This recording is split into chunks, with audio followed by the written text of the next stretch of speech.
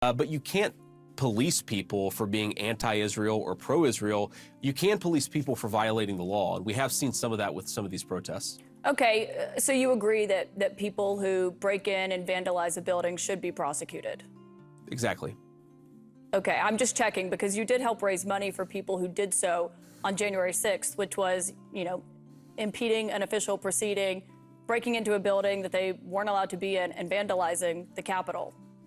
Well, Caitlin, I know that this is the obsession of the national media to talk about what happened 2 years ago, 3 years ago on January the 6th. It's not an obsession. I'm just seeing if it's a double standard. No, let me answer the question, Caitlin. I mean, look, here's been my basic argument about January the 6th.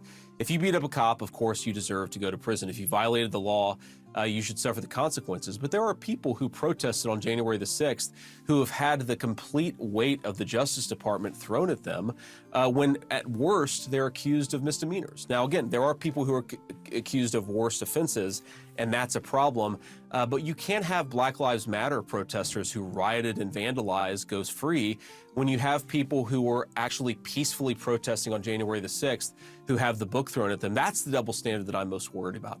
Yeah, I don't think there's an obsession with January 6th, but it is a legitimate question. And given what you just said there, and as Trump is getting closer to, as he's a presumptive Republican nominee, he has said he would pardon, he's considered a blanket pardon for everyone on January 6th. Are you saying that shouldn't happen? People who beat up cops should be excluded from that?